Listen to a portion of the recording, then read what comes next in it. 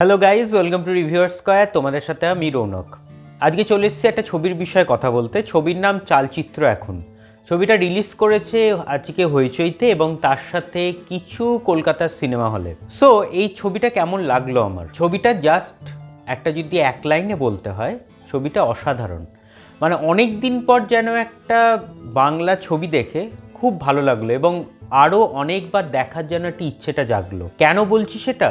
তার কারণ হলো পুরনো অঞ্জন দত্তকে আবার নতুন করে যেন পাওয়া গেল। এবার সিনেমাটার গল্পটা কি? সিনেমার গল্প হলো হচ্ছে এটাই।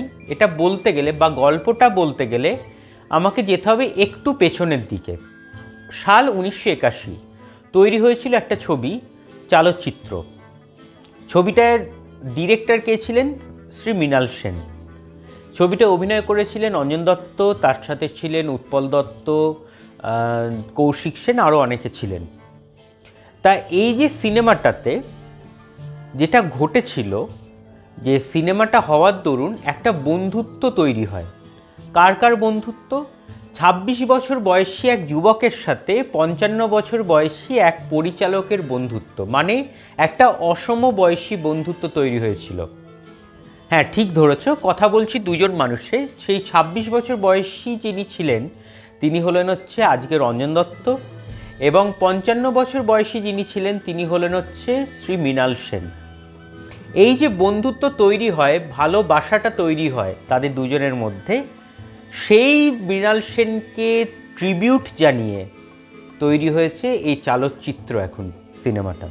সো গত বছর ছিল মৃণাল সেনের জন্ম শতবর্ষ, সেই উপলক্ষে তৈরি হয়েছিল চালচিত্র এখন ছবিটা।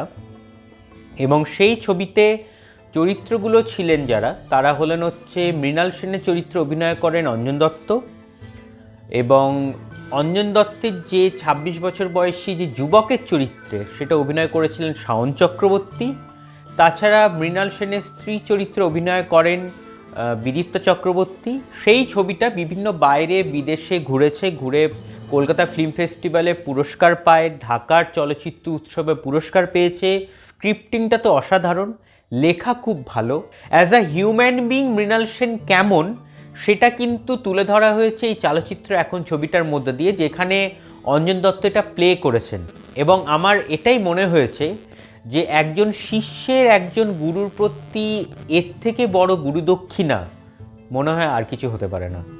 সো এই ছিল হচ্ছে আজকে রিভিউ। ভালো লাগলে অবশ্যই লাইক করবে, শেয়ার করবে এবং অবশ্যই সাপোর্ট করবে আমাদের চ্যানেলটাকে। তোমরা অলরেডি সাপোর্ট করছো, এটা খুব ভালো জিনিস।